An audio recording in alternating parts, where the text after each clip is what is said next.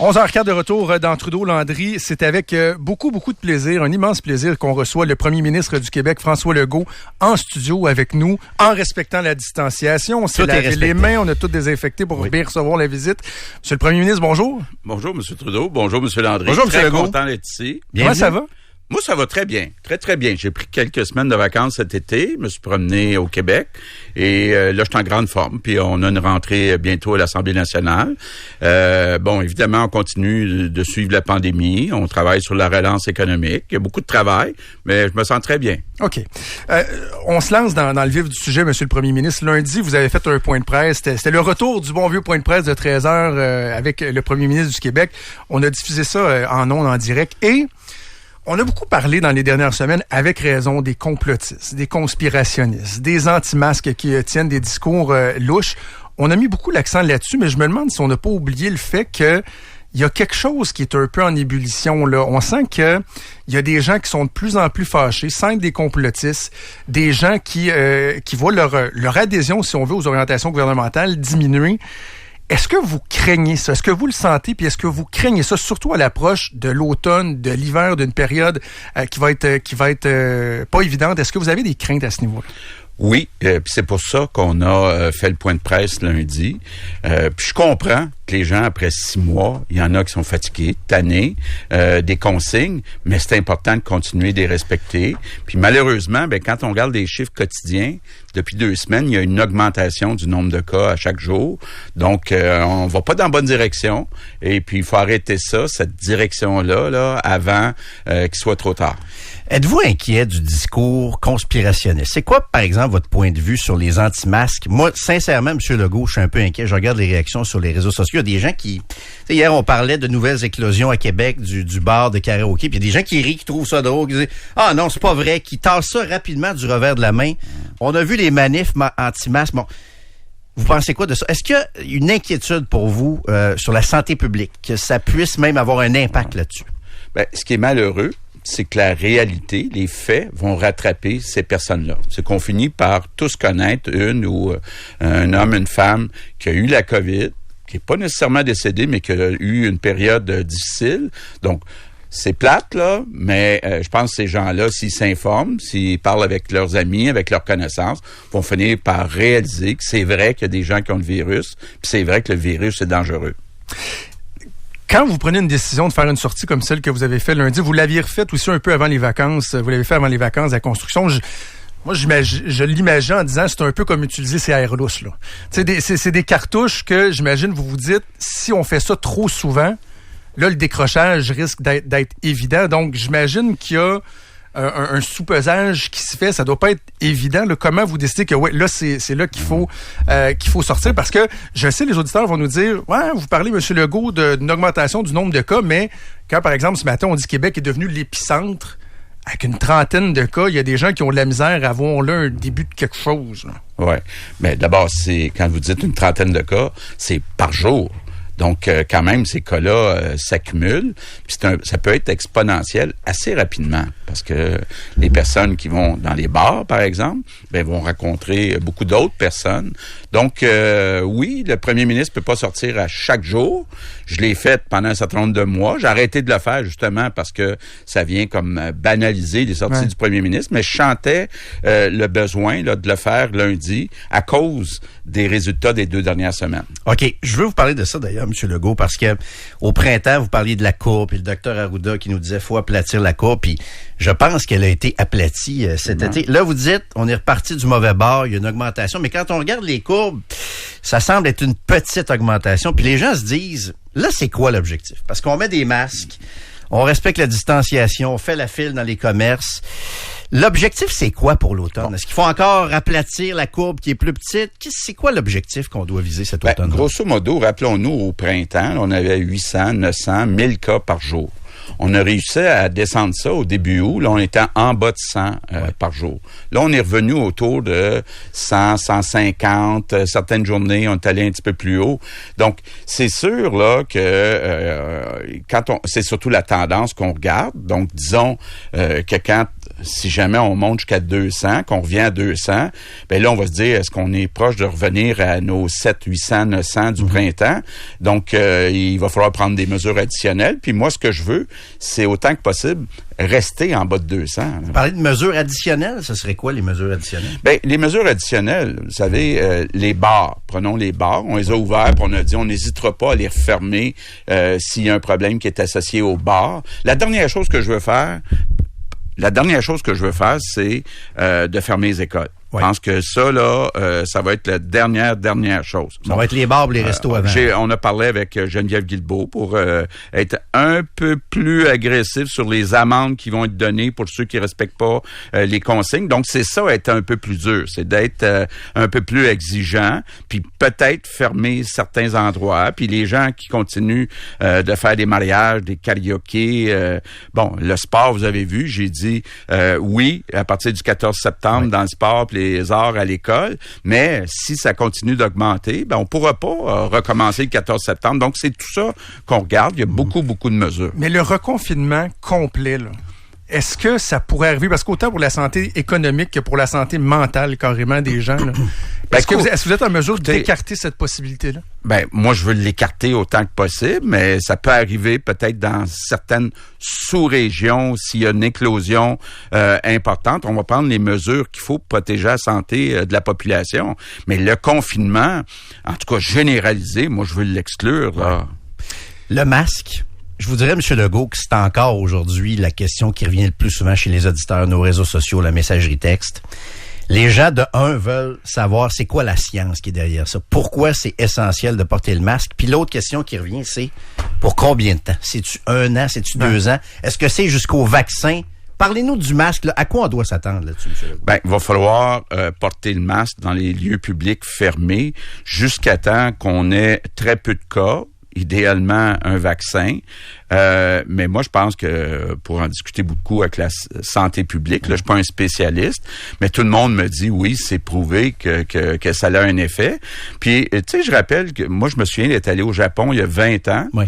Et puis, tous les gens qui avaient le rhume, la grippe, portaient un masque par respect pour les autres, pas donner leur rhume ou leur grippe aux autres. Même hors pandémie. Là. Même hors pandémie. Donc, c'est une habitude qui va être bonne aussi pour la transmission du rhume, de la grippe, mais c'est une question de respect. On porte un masque, comme ça, on s'assure qu'on ne donne pas, si jamais le virus, on l'a, puis on peut l'avoir sans avoir de symptômes. Donc, c'est une question de respect pour les autres, puis moi, je pense que c'est là pour rester encore pour un bon bout de temps. Mais est-ce que vous avez des scénarios, parce qu'on s'entend que dans des scénarios négatifs où il y a des mesures qui viendraient s'ajouter, refermer certains secteurs de l'économie, j'imagine que vous avez ça, mais est-ce que de l'autre côté de la courbe, il y en a des scénarios? Je comprends qu'on peut pas donner une date parce qu'on sait pas comment ça évolue. Mais est-ce que vous êtes en mesure de dire, lorsqu'on arrivera à tel nombre de cas ou tant de jours sans de cas supplémentaires ou quoi que ce soit, on pourrait commencer à desserrer un peu? Ça revient beaucoup dans les questions des gens qui disent, moi, je veux bien discipliner, mais on peut-tu me dire un peu où est-ce qu'on s'en va? Oui, on s'en va. Quand aura-t-on un virus? Est-ce que ce sera dans 6 mois? Est-ce que ça sera dans 2 ans? Un vaccin. Un vaccin, pardon. Quand on aura un vaccin, évidemment, on pourra arrêter les masques. Quand il y aura très peu de cas ou pas de cas, mais moi, j'aime mieux que les gens se mettent dans la tête qu'on va devoir porter le masque pour encore plusieurs mois. Mais là, il y a beaucoup de personnes, M. Legault, qui ont l'impression qu'il y a très peu de cas actuellement. T'sais, vous dites, quand il y aura très peu de cas, il y a des gens, puis surtout à l'extérieur de Montréal, qui ont cette impression-là actuellement. C'est ça qu'on voudrait comme quantifier un peu, c'est combien très peu de cas? Les gens veulent, c'est beaucoup cette question-là que les gens se posent. Actuellement, là, il y a 100-150 cas par jour. Donc, c'est beaucoup pour moi, là. Et puis, c'est plus réparti dans les régions. Il y a quelques mois, c'était presque exclusivement dans le Grand Montréal. Mais maintenant, il y en a ici à Québec, il y en a en Estrie, il y en a dans plusieurs régions. Les gens nous parlent beaucoup de cohérence, et notamment en ce qui concerne le concept de bulle dans les écoles. Et il y a une auditrice, Manon, tantôt, qui écrivait, elle parlait des CPE, mais la question revient beaucoup pour les écoles, par exemple. Les gens disent, il y a le concept de bulle à l'école, mais en même temps, dès que la cloche sonne, les jeunes vont se retrouver au parc ou ils vont aller dîner dans un restaurant en ce qui concerne les écoles secondaires. cette problématique-là, comment vous l'expliquez ou comment on peut convaincre les gens que même si c'est pas parfait, qu'il n'y a pas de risque zéro, ça vaut quand même la peine de le faire? Ben, c'est du gros bon sens. Puis on l'a déjà vu, là. Si on a une bulle, c'est-à-dire si on dit aux enfants, c'est par classe, là. Donc, vous êtes pas proche des enfants d'autres classes. Ça pose des défis dans les dernières années du secondaire quand il y a des cours options. Ça pose des gros défis. Mais c'est aussi simple que de se dire, si il y a un enfant qui a la COVID-19 dans une classe, on ferme la classe. Si il n'y a pas de concept de classe, ben on ferme l'école. Donc, j'aime mieux fermer une classe que de fermer une école. S'il n'y a pas de vaccin, M. Legault, ou s'il n'y a pas de vaccin efficace, il se passe quoi? Comment on va se sortir de ça, de cette épreuve-là collectivement? Est-ce qu'on attend que ça disparaisse? Est-ce qu'on va vivre avec ça toutes nos vies? Quand vous pensez à ça, parce que la possibilité est là qu'il n'y en ait pas de vaccin ou pas de vaccin efficace, on le voit avec la grippe, il y a différents taux d'efficacité. Il va se passer quoi dans ce scénario-là? Ben, écoutez, c'est possible que les mesures qu'on a actuellement durent longtemps. C'est possible qu'il y ait peut-être jamais de vaccin. Ouais. Mais là, il va y avoir une question du nombre de cas. C'est quoi le risque? C'est toujours une question de risque. Quand on sort de chez soi, on prend un risque de se faire frapper. Bon, c'est une question de mesurer le risque. Actuellement, 100 à 150 nouveaux cas par jour, c'est un risque relativement élevé, puis il faut prendre des mesures. Vaccin obligatoire, êtes-vous des auditeurs qui nous posent la question, seriez-vous favorable à ça? Je pense qu'il est trop tôt pour répondre à cette question-là, parce que ça va dépendre de la situation. Ça va dépendre aussi, les spécialistes, au moment où on aura un vaccin, est-ce qu'ils vont nous dire faut vacciner au moins 50% de la population, ou est-ce qu'ils vont nous dire faut que 100% de la population soit vaccinée, que ça soit efficace? On va au moment où le vaccin sortira se poser cette question-là. L'immunité collective, M. le Premier ministre, il me semble qu'on parlait de ça plus au début de la pandémie. Ça fait-tu encore partie des scénarios avec lesquels on pourrait éventuellement un jour se sortir de ça, ou est-ce que c'est complètement exclu? Est-ce que c'est pas ça qui pourrait justement peut-être faire qu'on va se libérer de ça? Mais en même temps, s'il y a peu de cas, on ne développe pas d'immunité. Qu'est-ce que vous avez à dire là-dessus aujourd'hui? Ben, effectivement, il y a des spécialistes qui disent il y a immunité. Là, il y en a d'autres spécialistes qui disent l'immunité dure seulement quelques semaines. Ouais. Donc, on suit la science. On est tous en train, on disait ça, de construire l'avion en plein vol. Il n'y a pas de réponse facile, de réponse claire. Donc, c'est à suivre. Je veux qu'on parle d'économie un peu, Monsieur le Premier ministre, et on va parler de votre plan, le nationalisme économique et tout ça, mais je veux peut-être une question à l'humain derrière le politicien, le 5 cliché. Au moment de la pandémie, le Québec était vraiment sur une bonne voie au niveau économique. Vous aviez un plan, je pense, qui était assez clair, axé sur l'économie, le développement, l'hydroélectricité. Est-ce qu'il y a un moment où, je comprends qu'il y avait le côté humain, le drame humain que vous deviez gérer, mais est-ce qu'il y a un moment où vous vous êtes dit, vous avez sacré, vous avez tapé sur un bureau en vous disant, tu sais, mon leg, là, mon plan de match, il vient de prendre le bord parce que ça va durer des années, là.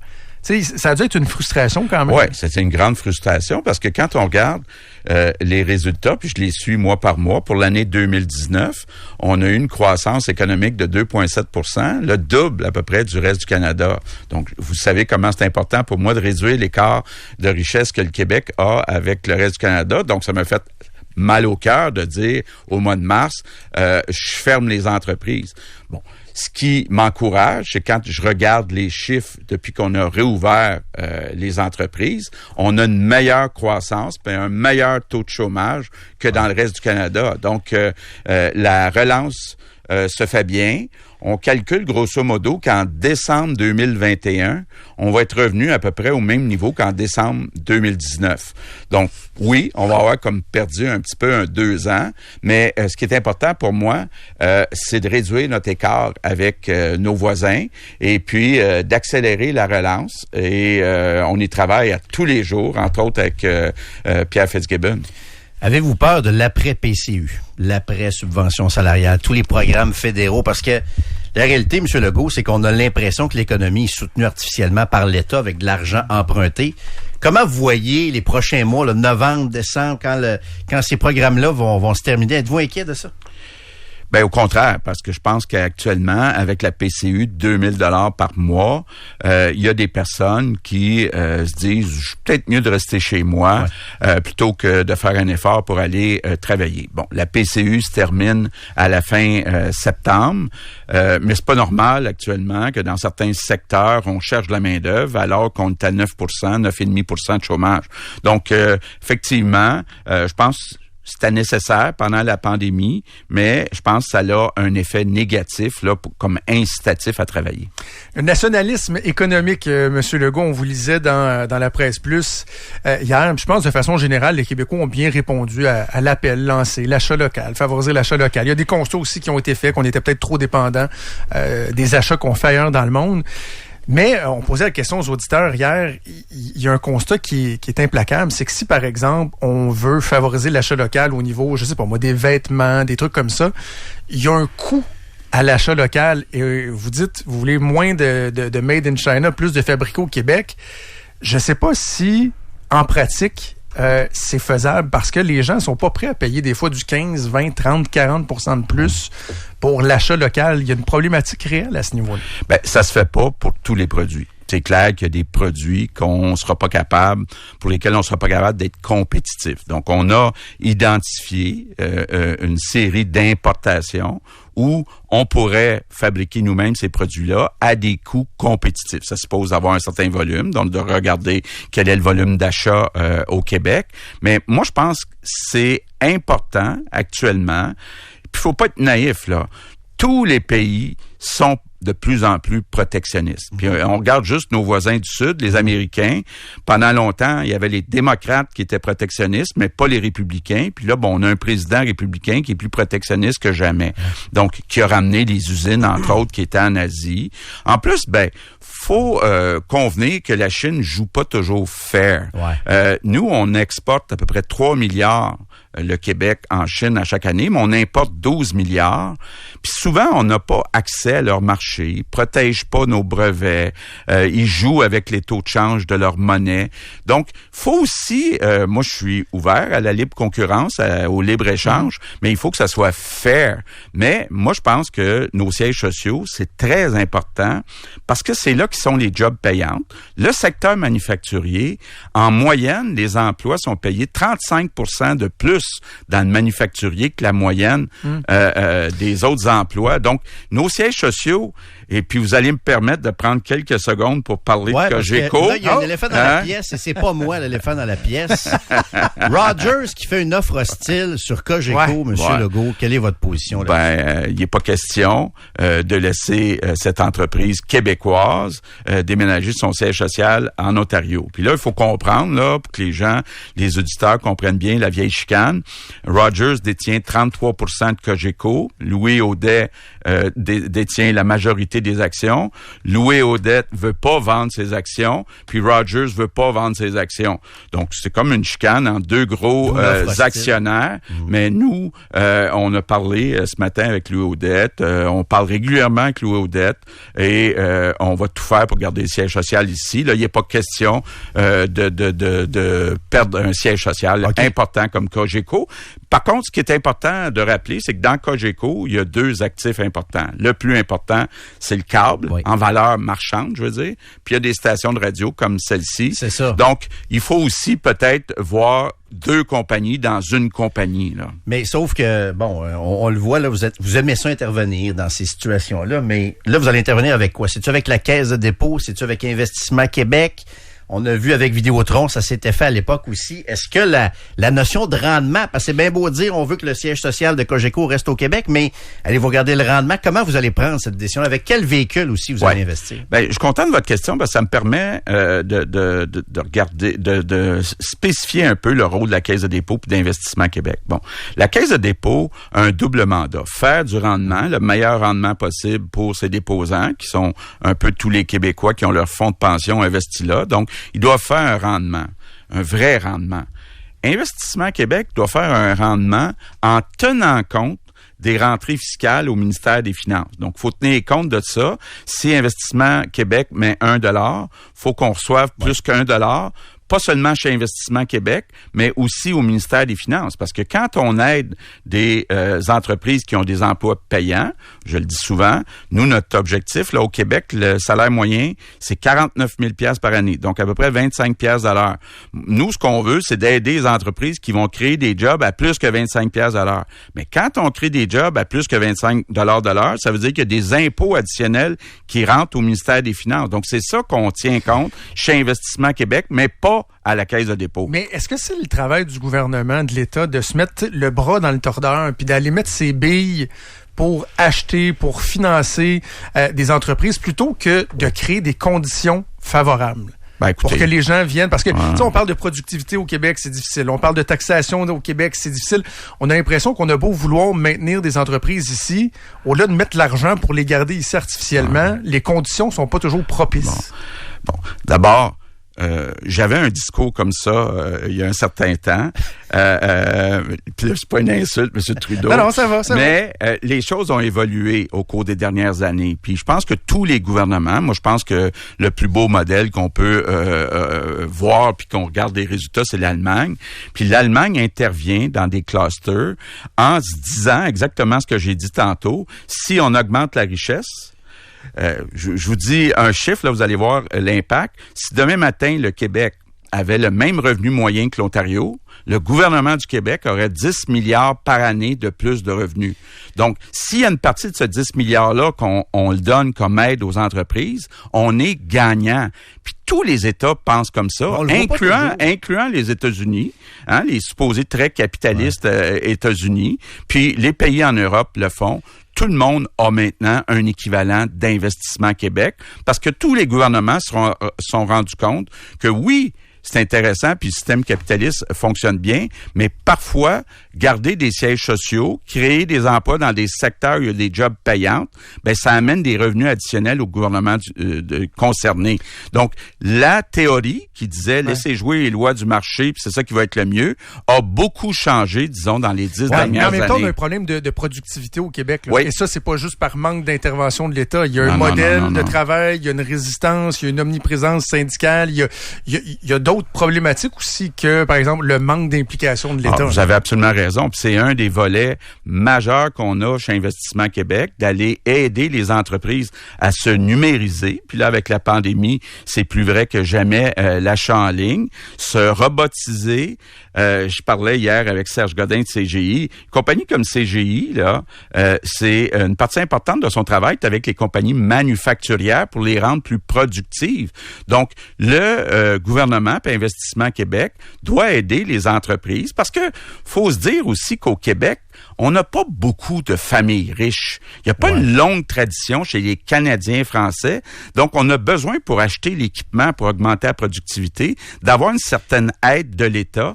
Puis tout le monde le fait, en particulier les Allemands. Mais je comprends ce que vous dites, M. Legault, mais quand on voit, par exemple, des investissements dans le Cirque du Soleil, ça, je vous avoue qu'on comprend pas. Guy Laliberté qui est milliardaire, puis on n'a pas l'impression que c'est payant. Là, je regarde aller le lithium, on a déjà perdu, c'est quelques dizaines de millions dans des projets de lithium.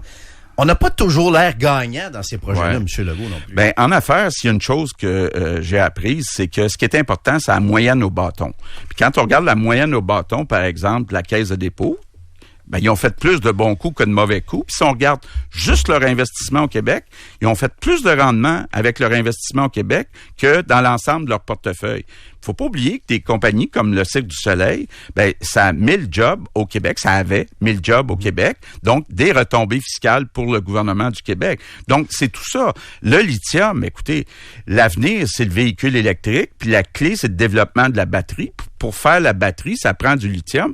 On a la chance d'avoir du lithium. Mais ça va être ça, la technologie de l'avenir, moi, je pense que oui, puis je pense que les Américains, quand on leur parle dans les rencontres privées, ce qu'ils nous disent, c'est on aimerait ça ne pas dépendre des Chinois parce qu'il y a beaucoup de métaux puis de mines ou de produits qui viennent de la Chine, mais ils voudraient que le Canada, le Québec, fasse sa part dans des domaines prometteur comme le lithium. Ouais. Je me fais l'avocat du diable pour un élément, là, parce on a donné des exemples. On est masqué lithium, on parle beaucoup de la cimenterie mécaniste ces temps-ci. Peu de gens défendent ce projet-là, 500 millions. Mais en même temps, lorsqu'on parle de différentes aventures qu'il y a eu en région, la Gaspésia, même les éoliennes en Gaspésie, des produits des projets d'exploration, beaucoup de gens vont remettre en question ces projets-là, mais à un moment donné, comment on va les faire vivre, nos régions? Tu sais, l'occupation du territoire, le dynamisme de nos régions, on fait quoi pour les maintenir en vie? Moi, je suis pour, puis on a un plan actuellement, là, on a un Investissement Québec, une division d'Investissement Québec dans chacune des 17 régions, incluant la Gaspésie. Parlons 2 secondes de la cimenterie Mécanus. Moi, quand j'étais dans l'opposition, j'ai toujours été contre. Pourquoi? Parce que les chiffres n'ont pas de bon sens. On parle de 200 emplois, OK? Puis on parle d'un investissement du gouvernement du Québec de 350 millions sans intérêt. Là, on est rendu à 475 millions. Donc, le Parti québécois puis le Parti libéral nous ont embarqués dans une aventure qui va nous faire perdre 475 millions. Ça, c'est plus de 2 millions par job. 2 millions par job. Moi, je pense que les Gaspésiens, avec 2 millions par job, auraient pu faire pas mal mieux que ce qu'ils ont fait dans ce dossier-là. 2 questions avant de vous laisser aller, M. Legault. Tramway à Québec, ça s'en va où, ce dossier-là? Est-ce que c'est vous qui allez prendre la décision finale là-dedans? On s'en va où avec ça? Absolument. Puis, depuis 2018, quand M. Labon m'a présenté le projet, on avait posé 2 conditions. 1, faut que le projet desserve bien les banlieues de Québec. Oui. OK? Puis là, il arrive avec un nouveau projet où il n'y a plus de trambus. Donc, on a des inquiétudes, puis on est en train de regarder les achalandages, puis comment est le nouveau projet par rapport aux banlieues.